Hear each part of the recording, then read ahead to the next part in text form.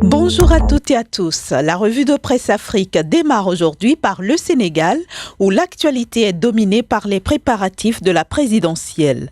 Second tour de la validation des parrainages par les 7 sages, Idi et Madiké passent Gakou à la trappe. Titre Sud Quotidien. Vox Populi précise que Gakou rejoint ainsi les 19 recalés et qu'il n'y a plus que 7 candidatures en lice.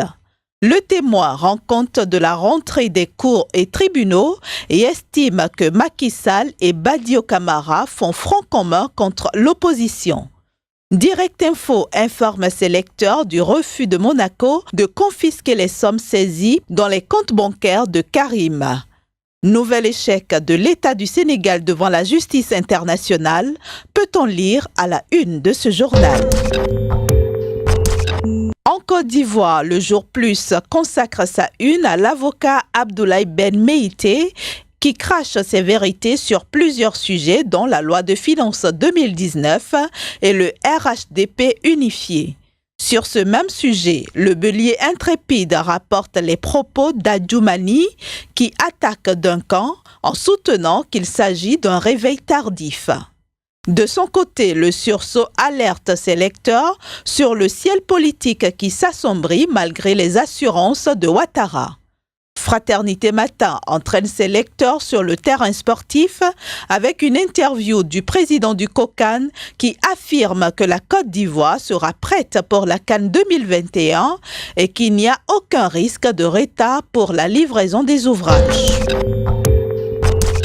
Direction le Cameroun, où Cameroun Tribune informe ses lecteurs que Paul Biya a ouvert le bal des vœux de Nouvel An.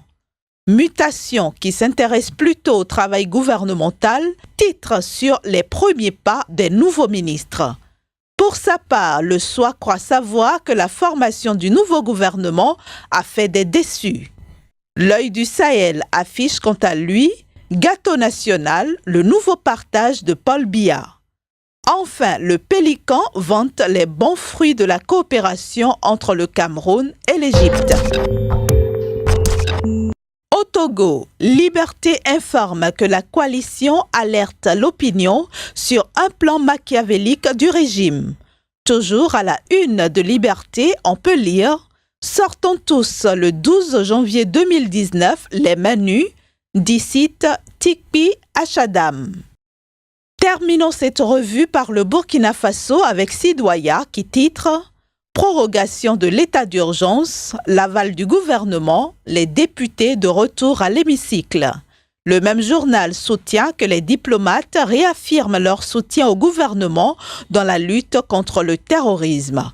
Fin de cette revue de presse. Merci de votre fidélité à Sika.